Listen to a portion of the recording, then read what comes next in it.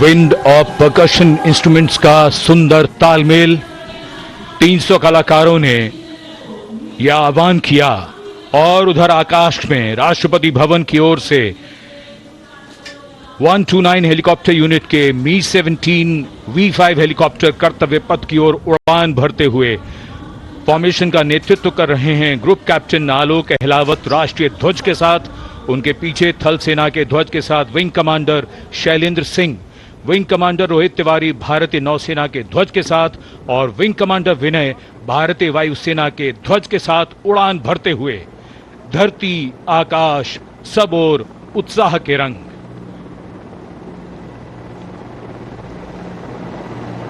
और आकाश से हो रही है पुष्प वर्षा।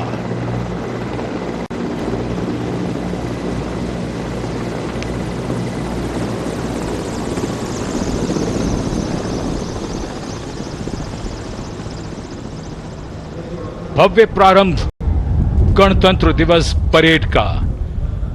गतिविधियां जमीन में और आकाश पर।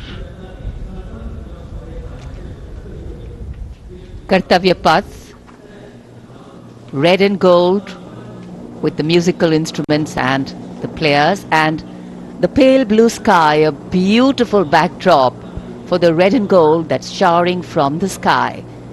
The showering of flower petals, customary, traditional, ceremonial and auspicious.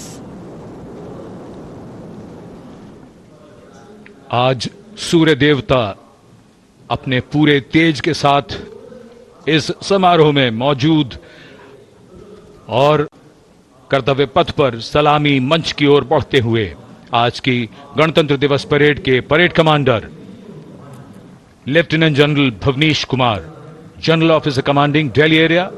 दूसरी पीढ़ी के officer lieutenant general Bhavnish Kumar ने 16 दिसंबर सन 1989 को पैराशूट रेजिमेंट में कमीशन प्राप्त किया।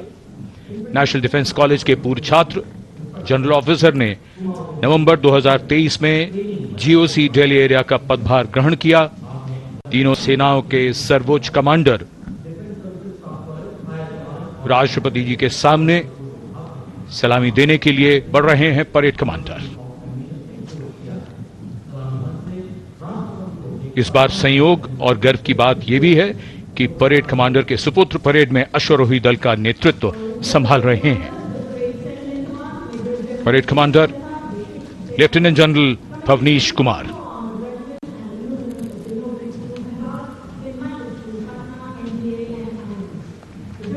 और आज की परेड के 2IC lieutenant major general Sumit Mehta, parade 2IC। National Defence Academy और इंडियन मिलिट्री एकेडमी देहरादून के पूर्व छात्र मेजर जनरल सुमित मेहता सन 2010 में विशिष्ट सेवा मेडल से अलंकृत। आज की परेड के परेड उप commander major general Sumit Mehta.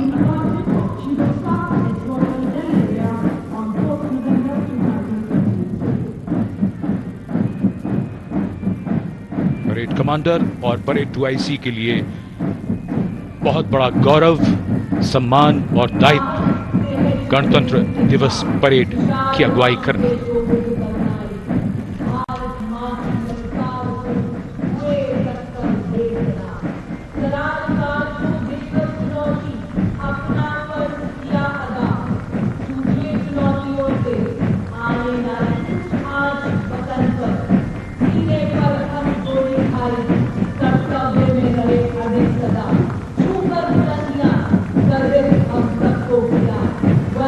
गणतंत्र दिवस समारोह और कर्तव्य पथ पर आगे बढ़ते हुए अपनी वीरता की विरासत दर्ज कराते प्रेरणा पुंज हमारे वो वीर जिन्होंने वीरता को जिया है, साकार किया है।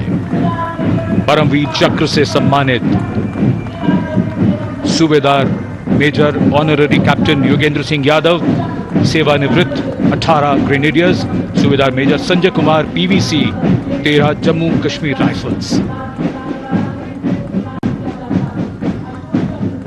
शूरवीर कैसे होते हैं, कोई पूछे अगर तो बता देना कि वो ऐसे होते हैं। परमवीर चक्र युद्ध में असाधारण वीरता के लिए दिया जाता है और ये अशोक चक्र से सम्मानित लेफ्टिनेंट कर्नल जसराम सिंह अशोक चक्र। अशोक चक्र अन्य परिस्थितियों में वीरता और सर्वोच्च बलिदान के लिए शूरवीरों को दिया जाता है। And the flash of blue and white you see behind our gallantry award winners, the Gendarang Suling Kangka Lokananta military band of the Indonesian Military Academy, a 190-member ensemble band, a unique blend of military music and noble values. Going past the saluting base. Picture perfect positioning.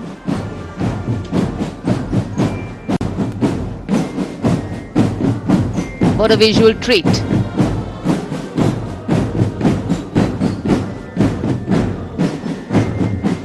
Proud moment for our chief guest too as the band goes past the saluting base. Snare drums, beliras, trumpets, flutes, all a part of the band.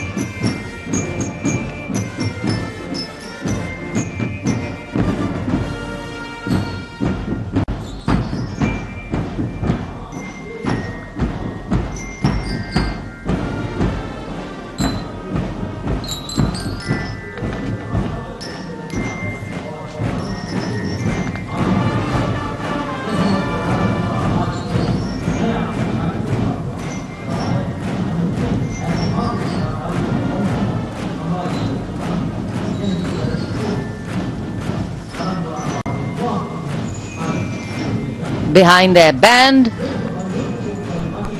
we have the marching contingent.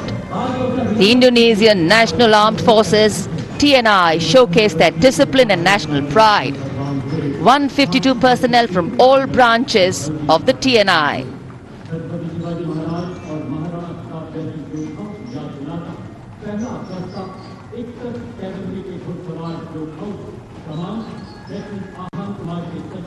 Meticulous training, synchronized steps, perfect timing.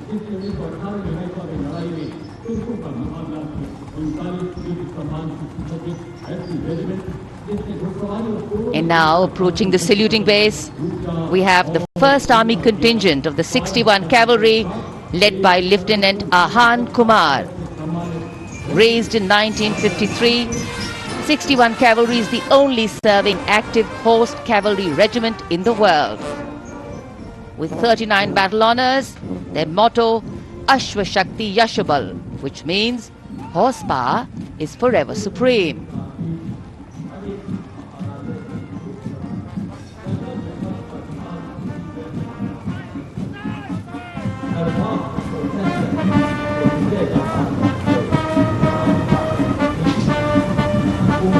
Flash of gold in the sky, a flash of gold on Kartavya Path.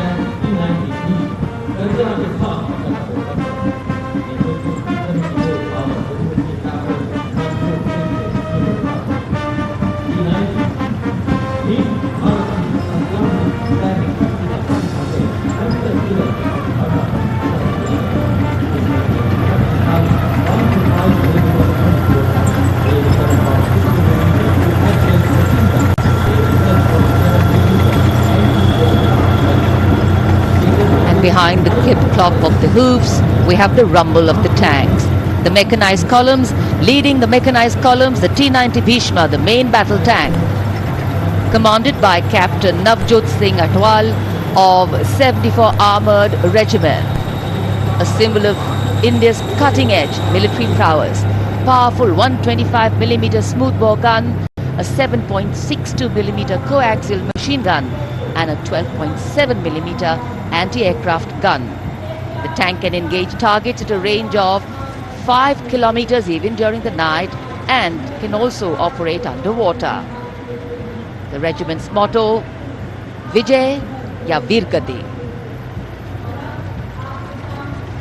कर्तव्य पथ पर भारत की उन्नत सामरिक शक्ति का प्रदर्शन, इसकी श्रृंखला में सलामी मंच के सामने आगे बढ़ रही है भारत की सामरिक शक्ति के प्रतीक नेमिस एंड बॉलवे मशीन पिकेट BM-2 की टुकड़ी।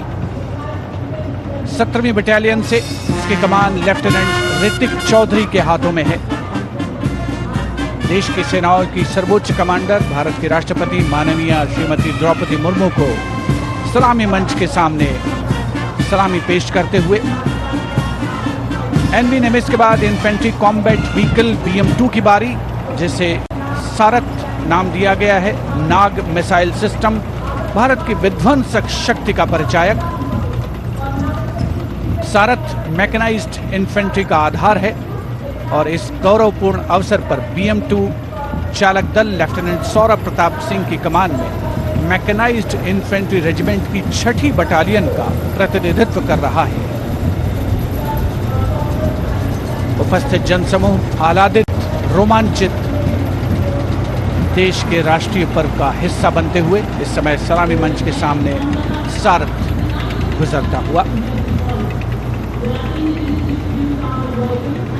इन्फेंट्री कॉलम कर्तव्य पथ पर भारत की उन्नत सैन्य क्षमताओं को प्रदर्शित करने वाले कॉलम्स में कैप्टन लक्ष्य सिंह के नेतृत्व में all terrain vehicle ATV Chetak और नायब सूबेदार चरण सिंह के नेतृत्व में स्पेशलिस्ट मोबिलिटी व्हीकल कपिध्वज शामिल। दुर्गम इलाकों, विशेष तौर पर हाई एल्टीट्यूड एरियाज में युद्धाभ्यास के लिए जिसे डिजाइन किया गया है। लाइट स्पेशलिस्ट व्हीकल बजरंग और vehicle mounted infantry mortar system Airavat भी इसमें शामिल। नेतृत्व लेफ्टिनेंट अभिजीत अहलावत और सूबेदार सतवीर सिंह कर रहे हैं।